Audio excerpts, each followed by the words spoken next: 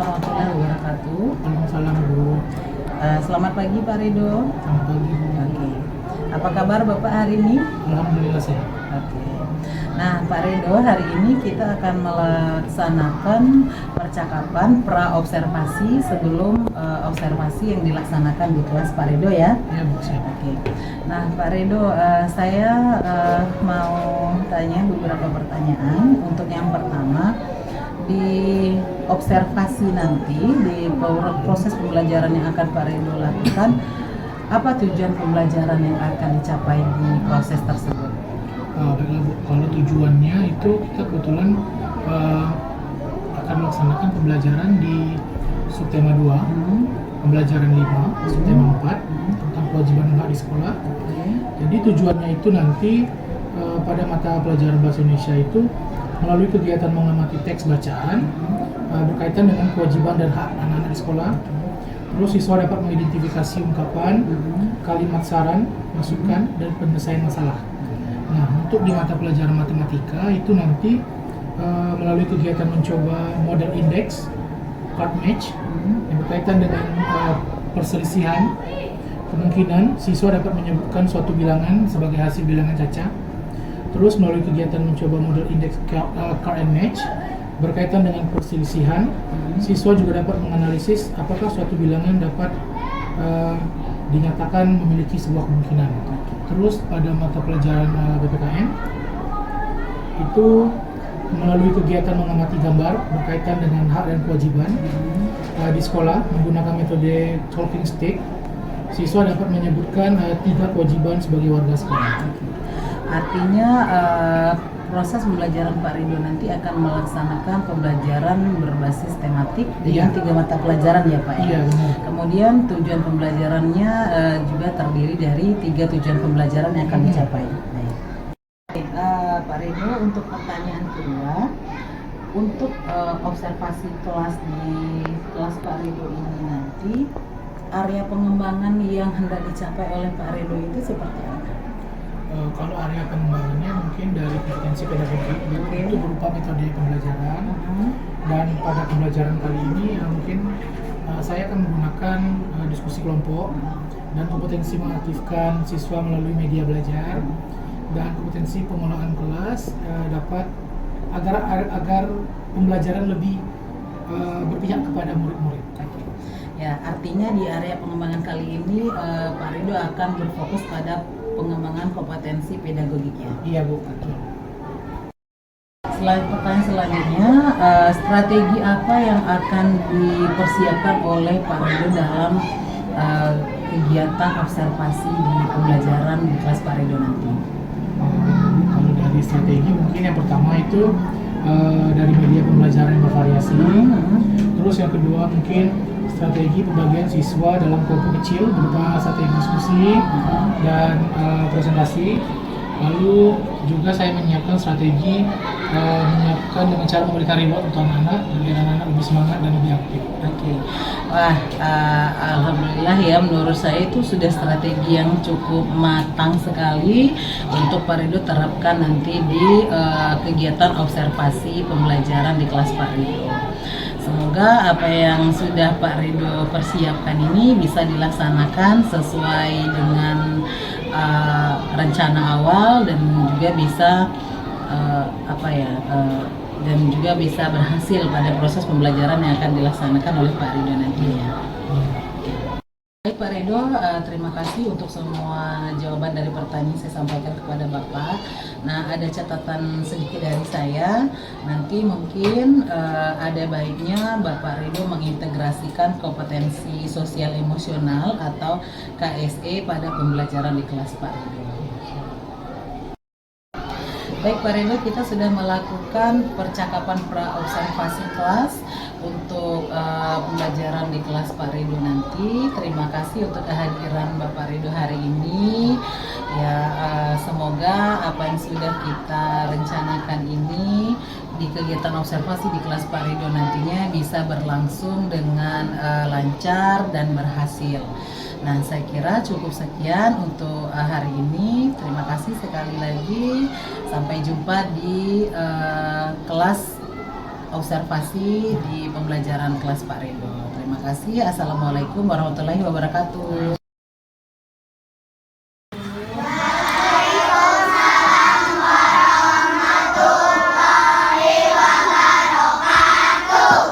Apa kabar anak-anak? Baik. Alhamdulillah. Nah, sekarang sebelum kita mulai pelajaran hari ini, Bapak mau tanya, ada nggak teman-temannya yang sakit atau yang apa atau izin? Ada. Kalau dari sini Bapak lihat ada 2 bangku yang kosong ya. Siapa yang izin? Coba, ada yang tahu nggak? Arka sama Arka. Kalau Arka tadi kayaknya dia udah izin. Tapi kalian dulu kurang tahu.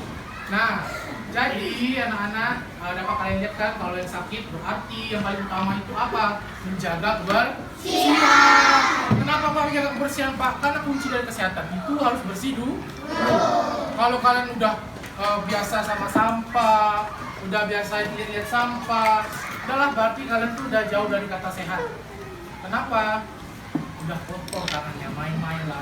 Nah, kayak Aliando atau Arka, kita nggak tahu tuh entah dia udah main-main mau kotor, dia makan, makanya dia sakit ya kan. Jadi harapan Bapak besok-besok kalau lihat sampah itu dibiasakan diambil. Kenapa? Kunci dari kesehatan. Jadi Bapak mau lihat, coba cek dulu di bawah kolongnya ada nggak sampah. Yang ada boleh dibuang dulu. Yang ada boleh dibuang dulu.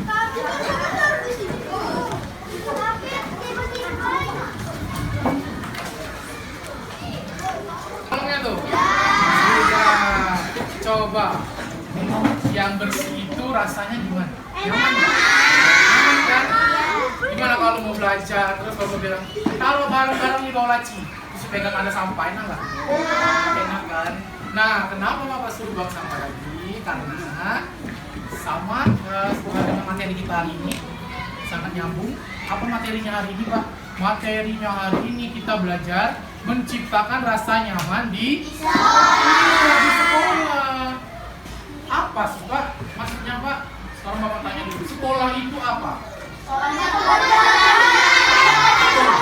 Yang pertama, sekolah itu adalah tempat belajar. Nah, tempat belajar berarti tempat kalian menuntut ilmu. Nah, yang pertama sekali untuk menuntut ilmu atau mendapat prestasi itu, kalian harus ada di tempat yang nyaman dulu, ya kan? Salah satunya tempat yang tidak ada sampah. Tuh, salah satu yang tidak ada sampah. Yang kedua apa? Sekolah dengan lingkungan yang bersih. Siapa lagi? Kakak kelas boleh. Siapa lagi? Penjaga sekolah boleh? Boleh. Ibu-ibu yang di kantin boleh? Boleh. Caranya gimana Pak? Yang pertama, yang bisa Bapak kasih contoh adalah ketika kita meminta bantuan, ucapkan kata tolong. Terus kalau sudah diberi bantuan, ucapkan terima kasih. Sama seperti Bapak selalu ucapkan ke anak-anak bahwa etika itu di atas kalau mau pintar, mau jenius, kalau nggak ada etika sama aja percuma. Nah, jadi Bapak ingat lagi, menciptakan rasa nyaman tadi yang pertama apa ya? Menjaga lingkungan sekolah. Jadi jangan sampai melihat sampah itu, biarlah bukan sampah aku, mau diambil, dibiasain ya. Nggak ada kata, wih bukan sampah kami Pak, kami nggak ngambil. Jadi mulai sekarang kalau ada sampah itu buang langsung. Biar jadi sekolah yang nyaman. Kami itu sama jenius belajar tempat sampah yang kotor terserak. Nggak bisa kan? Nggak enak. Nah itu. Terus yang kedua tadi apa caranya? Menjaga hubungan baik. Tadi Bapak bilang kalau dikasih bantuan ucapkan terima kasih. Kalau minta bantuan ucapkan kata tolong. Nah itu udah paham ya Bapak rasa ya. Sekarang kita masuk ke materi selanjutnya itu tentang hak dan kewajiban. Nah, ada kaitannya sama pelajaran yang menciptakan rasa nyaman tadi? Ada Pak. Contohnya apa? Bapak tanya dulu, kewajiban itu apa? Mantap. Artinya itu adalah segala sesuatu yang harus dikerjakan. Ada nggak contohnya di sekolah apa? Ada banyak. Kalau siswa itu yang paling utama apa kewajibannya? Belajar, menuntut, apalagi mentaati aturan sekolah, menghargai menghargai dan menghormati guru. Mantap, keren ya. Nah, apa? Kalau kewajiban yang harus kita kerjakan, oh kalian yang bekerja berarti itu kewajibanku ya. Berarti kalau sesuatu yang harus aku dapatkan, berarti itu namanya hak. Itu berbedanya, hak sama kewajiban. Jangan sampai kebalik. Contoh hak di sekolah apa? Kata Razik, mendapat banyak teman Pak. Betul. Mendapat ilmu kata Pari, betul. Ada lagi yang lain? Mendapat kesenangan, boleh. Mendapat kasih sayang dari Bapak Ibu Guru? Boleh. Itu salah satu contoh hak di sekolah. Udah ngerti ya? Kalau kewajiban tadi yang harus kita kerjakan, kalau hak itu yang harus kita dapat. Ya, mantap, kita keren. Nah, sekarang materi selanjutnya kita memahami tentang kemungkinan. Subtema 1 kemarin kita udah belajar kemungkinan tentang penjumlahan. Sekarang kita masuk ke materi yang bagian pengurangan. Mantap. Nah, sebelum kita masuk ke materi kemungkinan pengurangan, masih semangat? Masih. Mau anak-anak lebih semangat kita tuh 3A dulu. Siap? 3A. Kalau Bapak udah bilang tepuk 3A, tepuknya jangan lupa ya, semangat. 1, 2, 3, tepuk 3A.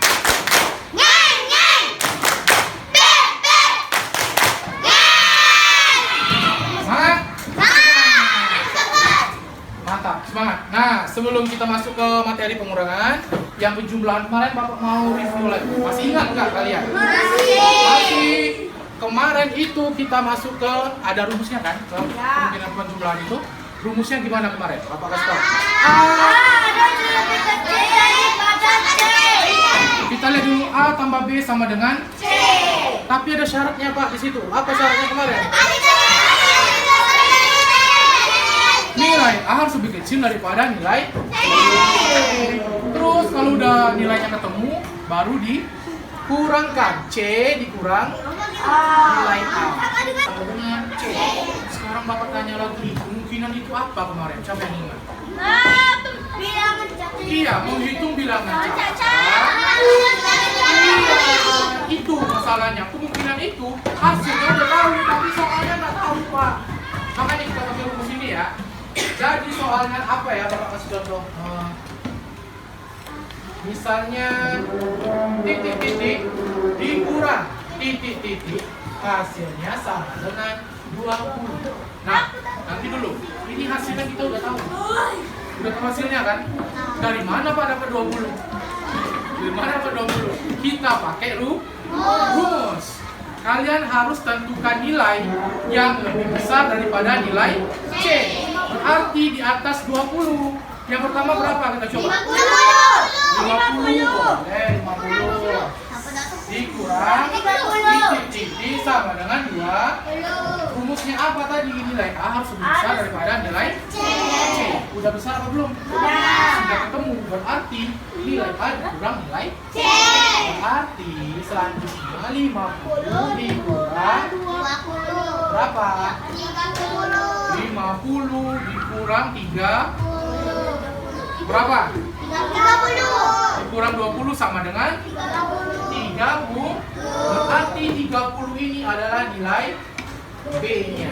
Udah ketemu, udah paham? Ini ada games untuk menentukan nilai kemungkinan pengurangan. Jadi Bapak mau anak-anak dibagi per kelompok.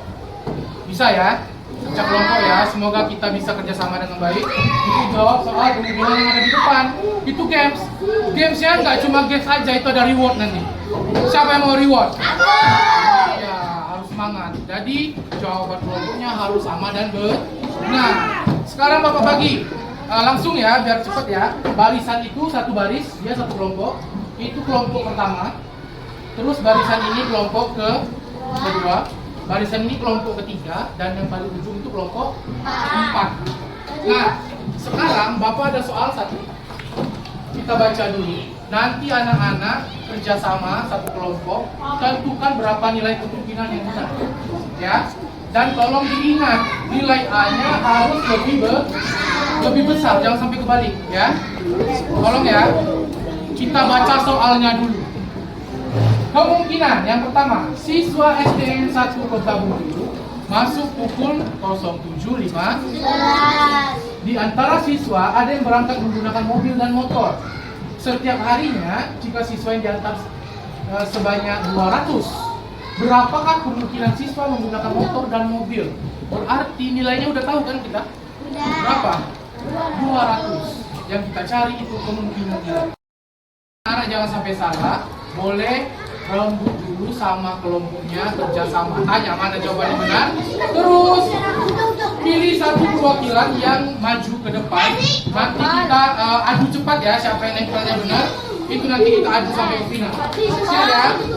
Ayo, berbaris tentukan. Ayo, kerjasama, jangan ngomong sendiri.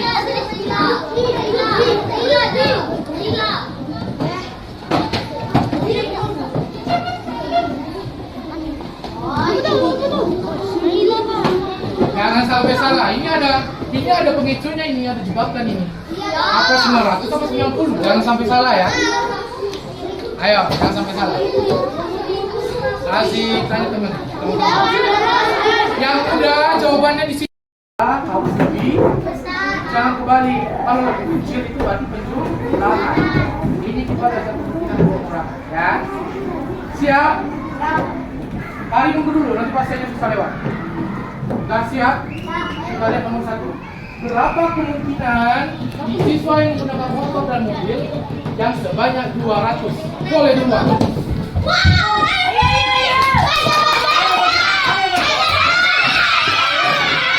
Kelompok 2 masuk ke final.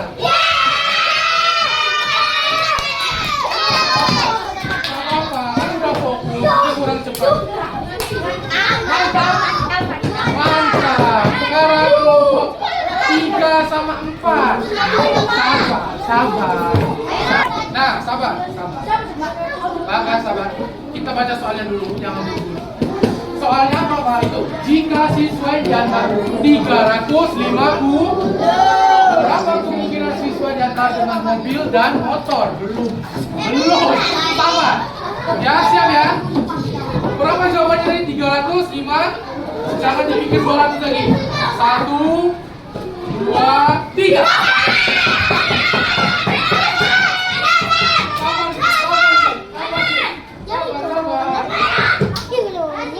Lazim duluan. Berarti masuk final kali ini itu kelompok 2 sama kelompok 3. Nah, kita baca dulu soal nomor 3. Jangan santai, fokus. Soalnya kita baca dulu. Jika siswa yang diantar itu 220, dengar dulu Bapak, 225. Berapa kemungkinan siswa diantar dengan mobil dan motor? Belum. Ingat lagi, yang pertama tadi 200. Yang pertama tadi diantar berapa? Yang kedua, yang ketiga 225. Have you understood? Jangan sampai salah. Ya, sekarang ditanya berapa kemungkinan mobil dan motor. Siap? Sabar. Siap? 1, 2, 3.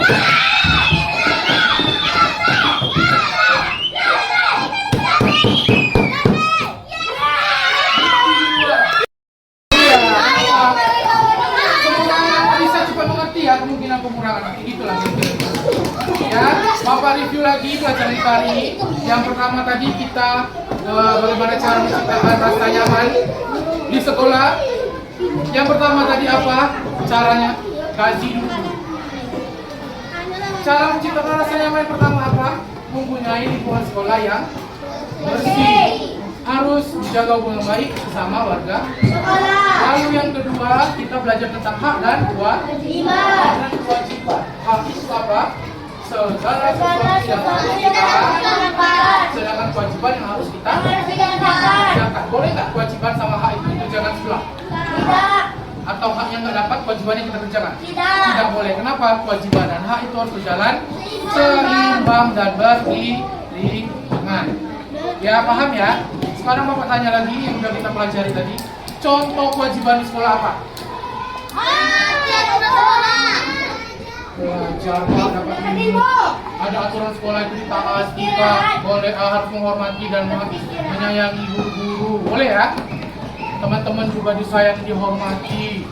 Terus kalau haknya apa tadi? Mendapatkan ilmu dan kasih sayang dari guru-guru dan teman.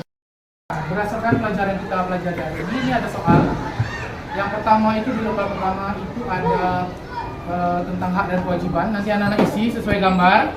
Contohnya yang pertama itu dia melakukan kebersihan kelas, itu termasuk hak atau kewajiban, nanti diisi ya. Terus di lembaran kedua itu ada menentukan kemungkinan pengurangan. Sama kayak yang kita praktekkan tadi. Bapak udah kasih nilai akhirnya di situ 130.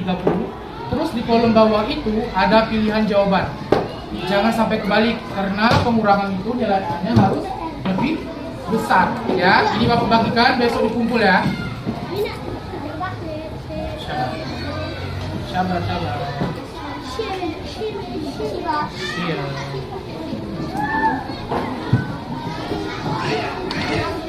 Oke. Ya ulang coba. Baiklah anak-anak, Bapak rasa hari ini pelajaran kita sudah selesai. Tapi sebelum kita akhiri pelajaran kita hari ini, Bapak mau kita tepuk damping dulu biar semangat. Masih ingat kan? Bapak mau berdiri dulu. Iya, karena Bapak lihat ini ada muka-muka kecewa karena kalah game sini. Kayaknya kalau yang ini happy ya. Nanti udah ada bingung kita bagi ke kelompok 2. Siap? Satu orang deh Bapak mau. Ada nih. Yang semangat. Tepuk damping dulu. 1, 2, 3. Ulang. Ulang, 1, 2, 3. Tepuk tanding dong. Dang dang dang dang dang. Ding ding ding ding ding. Dong dong dong dong dong. Mantap ya. Semangat ya. Yang kalah nanti belajar lagi, mana tahu bisa dapat. Nah, sebelum kita akhiri, Bapak mau bagi kali dulu ke anak-anak.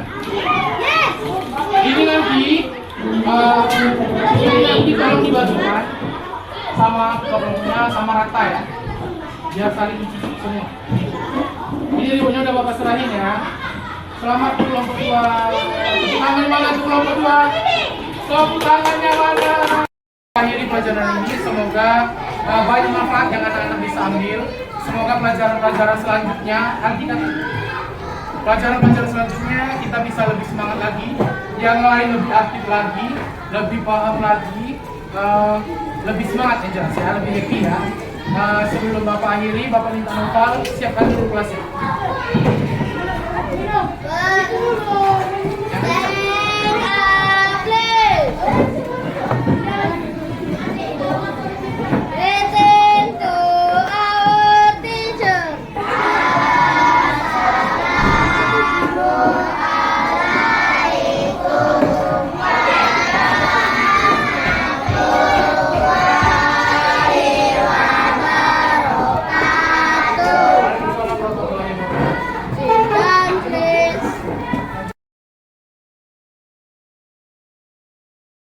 Warahmatullahi wabarakatuh, Pak Rido. Assalamualaikum.